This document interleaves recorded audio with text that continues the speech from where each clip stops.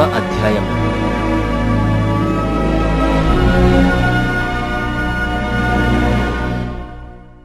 బలిష్ఠుడైన వేరొక దూత పరలోకము నుండి దిగివచ్చుట చూచితిని. ఆయన మేఘము ధరించుకొని ఉండెను. ఆయన శిరస్సు మీద ఇంద్రధనస్సుండెను. ఆయన ముఖము సూర్యబింబము వలెను, ఆయన పాదములు అగ్ని స్తంభముల వలెను ఉండెను. ఆయన చేతిలో విప్పబడియున్న ఒక చిన్న పుస్తకముండెను. ఆయన తన కుడిపాదము సముద్రము మీదను ఎడమ పాదము భూమి మీదను మోపి సింహము గర్జించినట్లు గొప్ప శబ్దముతో ఆర్భటించెను.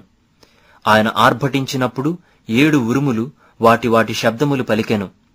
ఆ 7 ఉరుములు పలికినప్పుడు నేను వ్రాయబోవుచుండగా 7 ఉరుములు పలికిన సంగతులకు ముద్ర వేయుము, వాటిని వ్రాయవద్దని పరలోకము నుండి ఒక స్వరము పలుకుట వింటిని.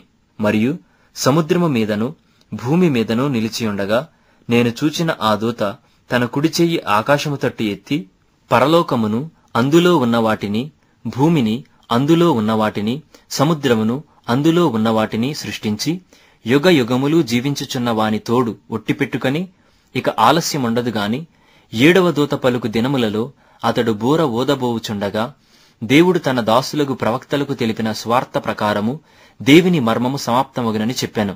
అంతట పరలోకము నుండి నేను వినిన స్వరము మరల నాతో మాటలాడుచు, నీవు వెళ్లి సముద్రము మీదను భూమి మీదను నిలిచియున్న ఆ దూత చేతిలో విప్పబడియున్న ఆ చిన్న పుస్తకము తీసుకొనుమని చెప్పుట వింటిని. నేను ఆ దూత యొద్దకు వెళ్లి ఈ చిన్న పుస్తకము నాకిమ్మని అడుగగా ఆయన, దాని తీసుకొని తినివేయుము, అది నీ కడుపుకు చేదగును గాని నీ నోటికి తేనెవలే మధురముగా ఉండునని నాతో చెప్పాను.